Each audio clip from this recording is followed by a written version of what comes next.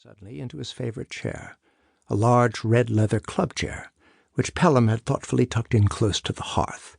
It was well worn to the point that it now fit him like a glove.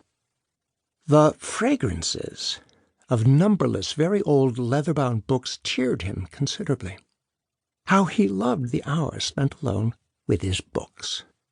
He'd once been widely quoted in an article about men's libraries in the Sunday Times Lifestyle section as saying, "The gods do not deduct from the allotted span of men's lives the hours spent in reading." Also in the air tonight was the scent of spilled brandy from a distant century on the faded rose-pink cushions of the Queen Anne sofa just inside the bay window that overlooked the lush, now sodden back gardens. Other scent memories rushed in. Sunrise, camping at the foot of Mount Kilimanjaro, lush vineyards on a hillside on the Isle of Madeira, a beloved parent holding a mug with steam gently rising while he snuggled deep within the folds of his blanket, a fresh apple pie, still warm, now cooling on the windowsill of some busy matron's kitchen in Kensington Mews, the early evening streets of Istanbul, the clouds of cherry blossoms bursting forth in full bloom in the Shinjuku Goyan Garden in Tokyo. All these and countless more images and pungent olfactory sense memories cascading and never-ending as the recollections of fragrances suddenly brought the whole world into focus and into him. The warmth of the fire made him drowsy, and he was happy to allow sleep to overtake him. It had been an extraordinarily rough day. 2 of his trusted colleagues, intelligence officers at MI6, had turned up dead in a back alley in Beijing early that morning. He dozed off, apparently, but upon waking to the howling wind ratcheting up to still a keener pitch, now whistling around the eaves and chimneys with the rain, steadily turning to ice, pricking and clacking, clacking, clacking at the paned windows, he leaned forward and eagerly picked up the prize he treated himself to that very afternoon, an exceedingly rare book he'd stumbled upon at his go-to Piccadilly bookseller, Pimm's & Company. The Hague Pinch tasted delicious, but to get the full effect, he lit a cigarette.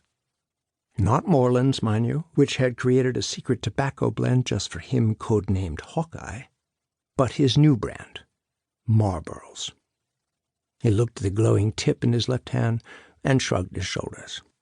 He had, after all, never smoked because he thought it was good for him, and if cancer had any fancy ideas about killing him, it would just have to take its place at the back of the queue and wait its turn.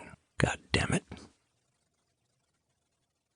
Earlier today, haunting the tiny bookshop in Shepherd Market with its low ceilings and tightly spaced aisles for an hour, and then spying the familiar name of a well-known Chinese historian on the cover of these old and rare diaries, he could scarcely credit his astounding good fortune.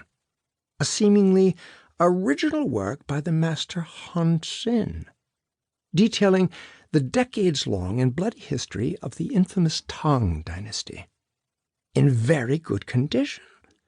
It was a miracle, and now it was all his for the perusing. Bloody hell, this was one phenomenal find.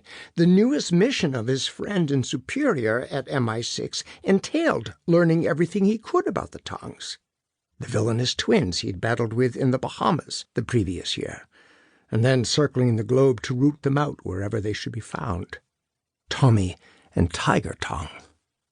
If ever there had been an enemy worthy of Hawke's keen attention, his tradecraft, his knowledge of the great game, his formidable warrior skills on the ground, in the air, and on the sea, and his full-throated roar of courage as the battle raged, it was this pair of full-blown sociopaths, and Tong twins, no less, twice the criminal for the price of one.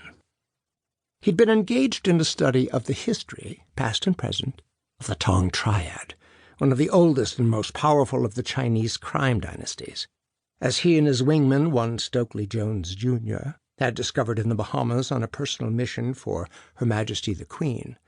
The Tongs Worldwide